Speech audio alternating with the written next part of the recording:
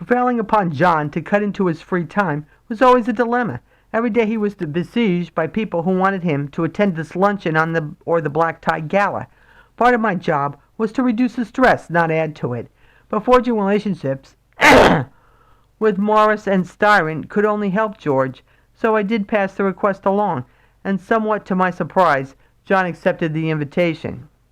By the time dinner started that Saturday night, I was certain I'd made a terrible mistake.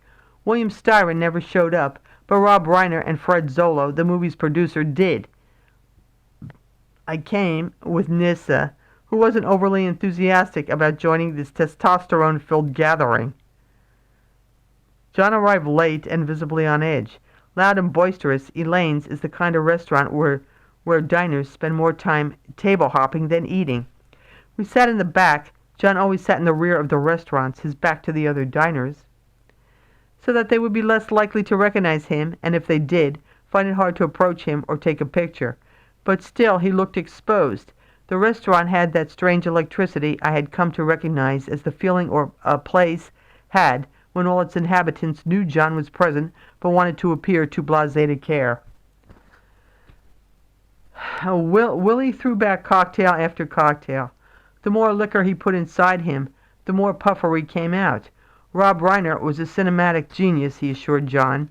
Fred Zollo, courage personified, a hero for making this movie. Reaching over the table to pat my forearm, he swore to John that I was the best editor he'd ever had. No, okay, that's another post headline. Yeah, why don't you look at that? I went up. Yeah, the best blank I ever had. Yeah, everybody's fishing now. It's like now you're like playing, placing your bets in Vegas.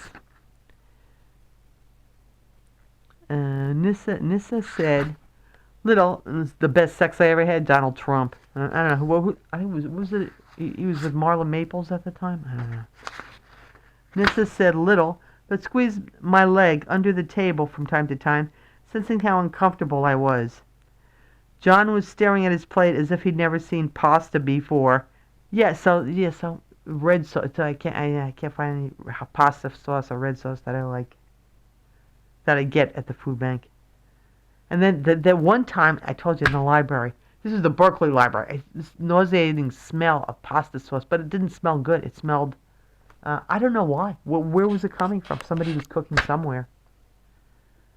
Halfway through dinner, the actor James Woods, who played the murderess Byron D. LeBeckwith in the film, burst into the restaurant like a gunman flinging open a saloon door.